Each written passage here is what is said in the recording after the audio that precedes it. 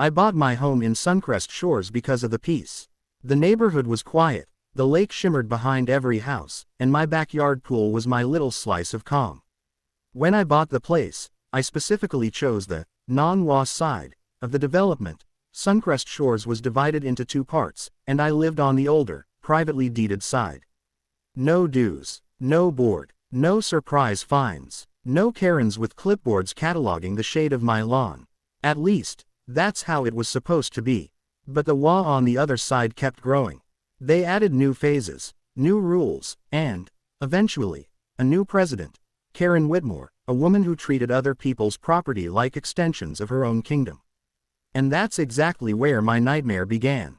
The problem. Renters in my pool.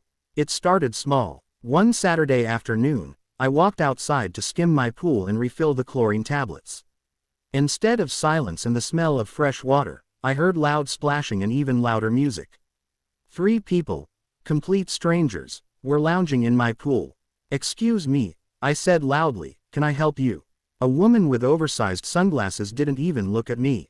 "We rented the place next door through Suncrest Shores HOA Vacations," she said, waving lazily. "They told us the amenities are shared." I blinked. "This isn't part of their HOA." "Oh," she said casually, "well, the HOA lady gave us a keycard." A keycard to my pool. The next day, I found out exactly what happened. Suncrest Shores HOA had been renting out vacant homes in their community. Some homeowners were snowbirds, others were investors. The HOA wanted to attract more renters. Fine, that had nothing to do with me. But apparently, the HOA president kept bragging that the community had a pool. They didn't. So instead, Karen printed keycards and gave renters instructions to enter my yard through the side gate, which she claimed was a shared amenity access. Unbelievable. Confronting the queen of the HOA. The following Monday, I walked into the HOA office, even though I wasn't part of it, and demanded to speak with Karen. She met me at the counter with a tight smile that didn't reach her eyes. "Hello, neighbor. What brings you in today? You've been giving out access to my pool." "Oh, that." She waved her hand like I'd complained about a leaf on the sidewalk. "Your backyard is perfectly positioned for community use. You never put up a lock. So I saw an opportunity for everyone to share. It's my private property. Technically," she said, leaning forward, "our community charter predates your deed registration. So it's a gray area." It wasn't. I already had a lawyer confirm it. "Stop sending renters onto my property," I said firmly. "Or I'll involve law enforcement." She scoffed. "Oh please. It's not like they're damaging anything. You should be happy people appreciate your pool." I turned to leave, and she called after me, "If you weren't so selfish, you'd understand community spirit." Community spirit. Right. What she meant was, she wanted to use my property to boost rental profits.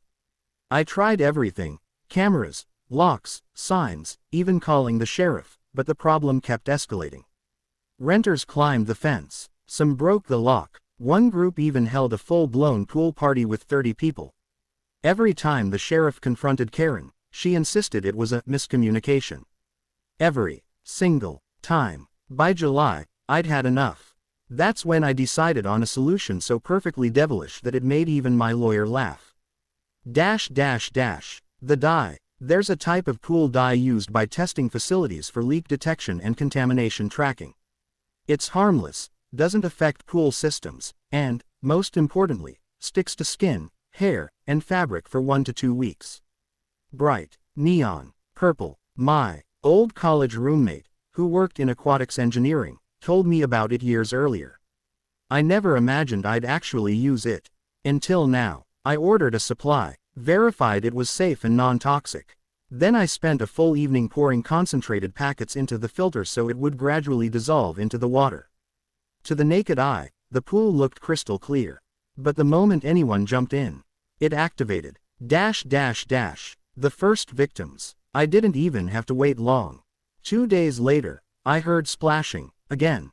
A group of 5 renters, laughing, drinking, and shouting. I sat on my patio with an iced tea and watched like someone watching ants walk into a trap. 30 seconds after submerging themselves. Screaming. What is this? My skin. Bro. I'm purple. My hair won't wash. They jumped out, horrified, dripping streaks of neon violet down my pool deck. One guy sprinted to look in the reflection of my sliding door. Another called someone on speaker, yelling that he was radioactive or something. I tried to look sympathetic. I really did, but I failed, miserably. When they rushed off to the rental house, leaving a trail of purple footprints, I stepped inside and checked the camera feed. Not even an hour later, I saw Karen arrive. Karen loses her mind. I walked outside just in time to see Karen storm up my driveway, 3 purple people behind her like malfunctioning Oompa Loompas. What have you done? She shrieked. I crossed my arms. Protected my property. You sabotaged community members. They're trespassers. They are guests of Suncrest Shores HOA, and you have assaulted them with some sort of chemical. The purple man behind her groaned. Lady, this is not normal. We have job interviews tomorrow. I shrugged. Shouldn't trespass, then. Karen stepped closer, pointing a manicured finger at my chest. You're going to pay for this. The HOA is filing a complaint with the county.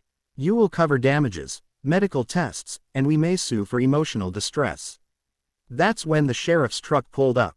Deputy Collins stepped out. Thankfully, he was familiar with the situation. Karen, he sighed, why are your renters in his yard again? They were using a community amenity. It's not a community amenity. It's his private pool, but the charter doesn't apply to him. We've been through this. She clenched her fists. Are you really going to let him violate people with chemical attacks? Collins raised an eyebrow. Ma'am, this isn't an attack. It's called triazodetect-I. Harmless. But trespassing isn't. He turned to me. You pressing charges today? I looked directly into Karen's eyes. Not yet, I said. But it depends on whether this keeps happening. Karen opened her mouth, but Collins spoke first. And if your renters enter again, you will be cited for directing them. Her face went white, then purple, not literally, but emotionally. He waved them off. Go home, shower, and stay off his property. Karen stomped away like a toddler denied candy. Her purple followers trailed behind like shadows of shame. I almost felt bad for them. Almost. The HOA fallout. The next week was bliss. No renters. No trespassing. No screaming or splashing. But the fallout inside the HOA. Oh, it was glorious. My neighbor Mark, who was in the HOA, came by with a grin. You caused a civil war, he chuckled. Apparently, several renters posted photos online complaining about the purple pool scam. 2 homeowners threatened to sue the HOA for misrepresentation. Another demanded rent reimbursement. The HOA board questioned why Karen had been advertising amenities they didn't own. But the best part, at the next HOA meeting, publicly recorded, multiple board members confronted her. You can't authorize access to private property. Why are we dealing with angry renters? Do you understand liability? Why are you making up amenities we don't have? Karen tried to shift blame. It's his fault for not cooperating with community expectations. They didn't buy it. One board member leaned forward in the video and said, your job is to manage HOA property, not commandeer someone else's. Within 2 weeks, the board voted to strip Karen of her authority over rental programs. Within a month, she was removed as HOA president entirely. Apparently purple dye does more than stain skin, it stains reputations. Karen's final attempt. Most people would give up after public humiliation and removal from power. Karen wasn't. Most people. One evening, right as the sun set pink over the lake, she marched into my yard, this time alone. No clipboard, no fake smile, just anger simmering beneath the surface. You think you won, she said coldly. I think I stopped trespassers. That's all. You cost me my position. No, I corrected, you did that by abusing authority. She stepped even closer, lowering her voice. You embarrassed me. You humiliated me in front of hundreds of homeowners. You trespassed on my life, I said. Actions have consequences. She glared at me in silence before turning sharply and walking away. For the first time, she didn't shout or threaten. She just left, and that's when I knew the battle was over. The best part. Peace. The rest of the summer went smoothly. Renters stayed away. The HOA put out a memo advising everyone to respect private property boundaries. New signs went up clarifying that the only community water access was the lake. Not my pool. I removed the dye from the system in September when the weather cooled. I had no reason to keep using it. The message had been delivered, and permanently absorbed by everyone who needed to hear it. Every once in a while, I see someone jogging with faint purple stains on their heels or elbows.